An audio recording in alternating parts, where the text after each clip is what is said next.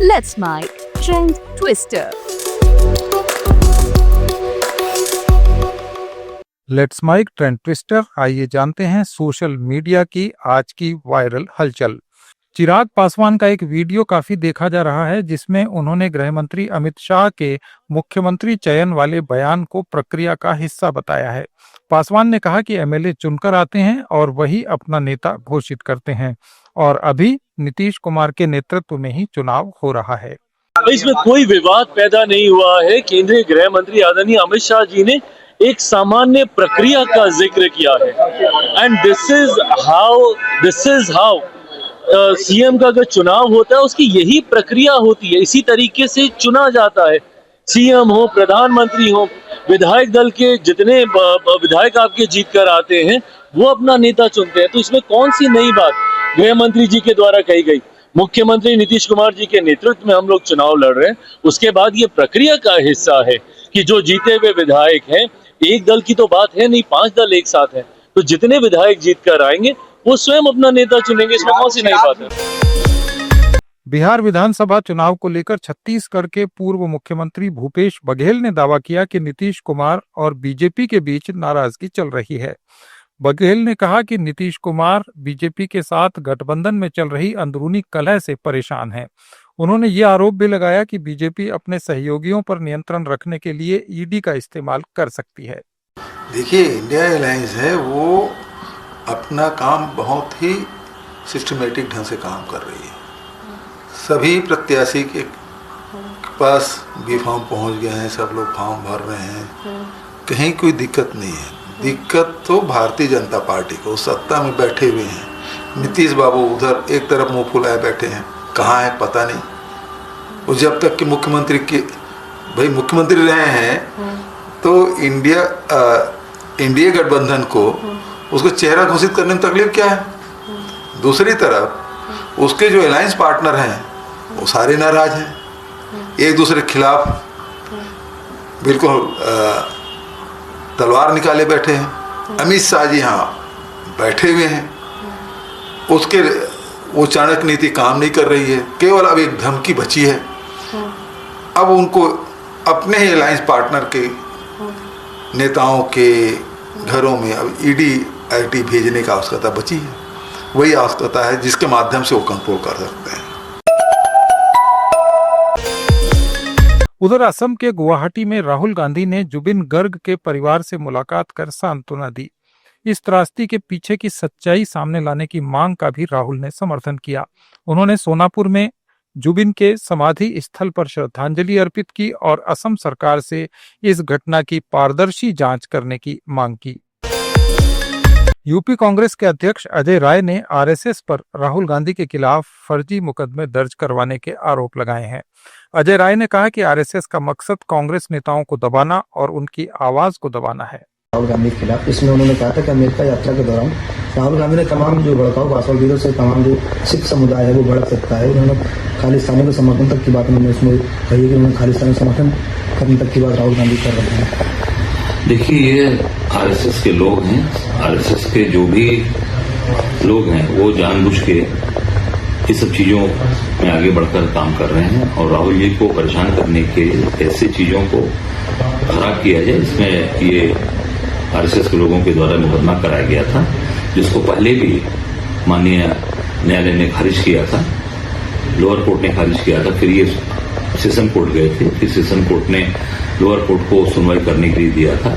फिर lower court, फिर वो हाई कोर्ट गया था मामला, हाई कोर्ट के बाद फिर ये लोअर कोर्ट आया। तो आज लोअर कोर्ट ने आदेश किया माननीय न्यायालय ने, निश्चित तौर से हम लोग धन्यवाद देते हैं। और जो बिना किसी भी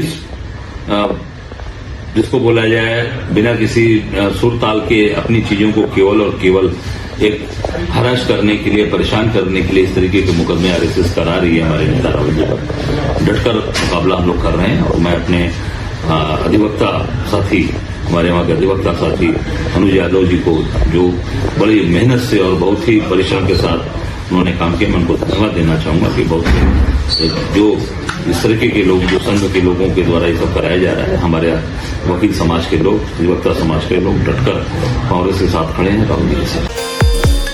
पाकिस्तानियों द्वारा अफगानिस्तान पाकिस्तान के सीमावर्ती इलाके में अफगान शरणार्थियों की दुकानें लूटी जा रही हैं।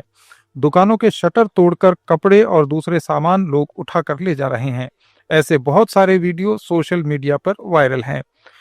यूजर्स इस घटना की निंदा कर रहे हैं और बॉर्डर एरिया के जिलों में जहां ये अफगानी बस्तियां हैं वहां आजीविका के लिए लोगों की चिंता भी कर रहे हैं।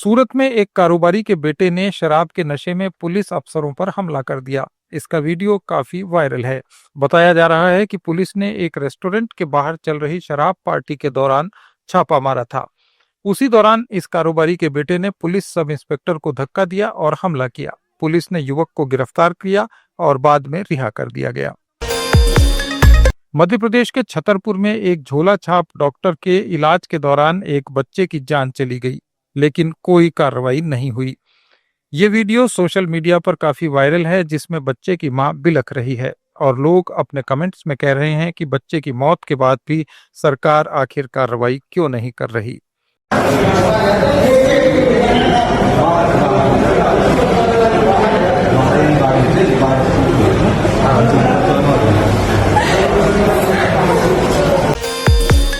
ये थे आज के कुछ वायरल पोस्ट्स। अपडेट्स के लिए जुड़े रहिए लेट्स माइक के साथ।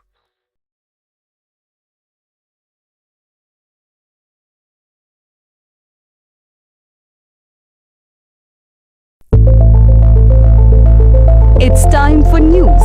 It's time for more than radio. Presenting the first radio news app, Let's Mike. Let's Mike, a news-based app on your phone where you get to watch and listen news, talk shows, interviews, radio show podcasts. On Let's Mike, you get all relevant information of TV, print, radio, podcast, and digital. Let's Mike talks about every segment of life.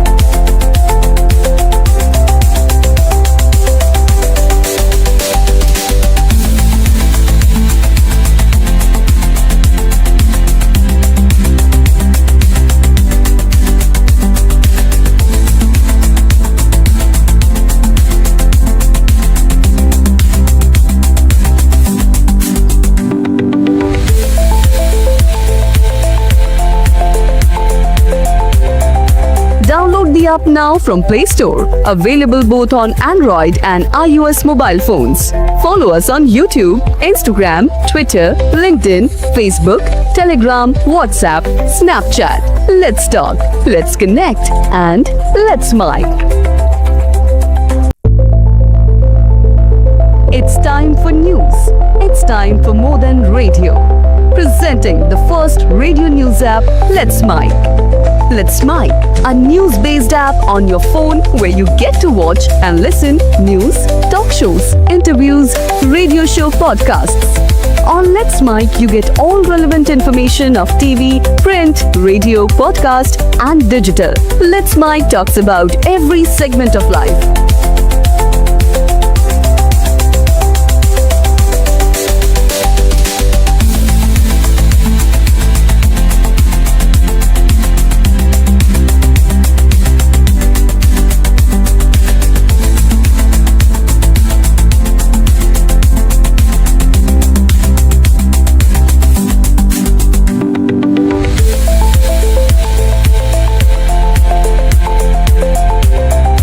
Download the app now from Play Store. Available both on Android and iOS mobile phones.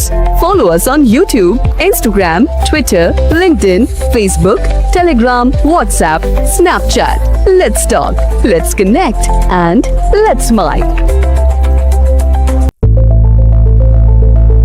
It's time for news. It's time for more than radio. Presenting the first radio news app, Let's Mike. Let's Mike, a news-based app on your phone where you get to watch and listen news, talk shows, interviews, radio show podcasts. On Let's Mike, you get all relevant information of TV, print, radio, podcast, and digital. Let's Mike talks about every segment of life.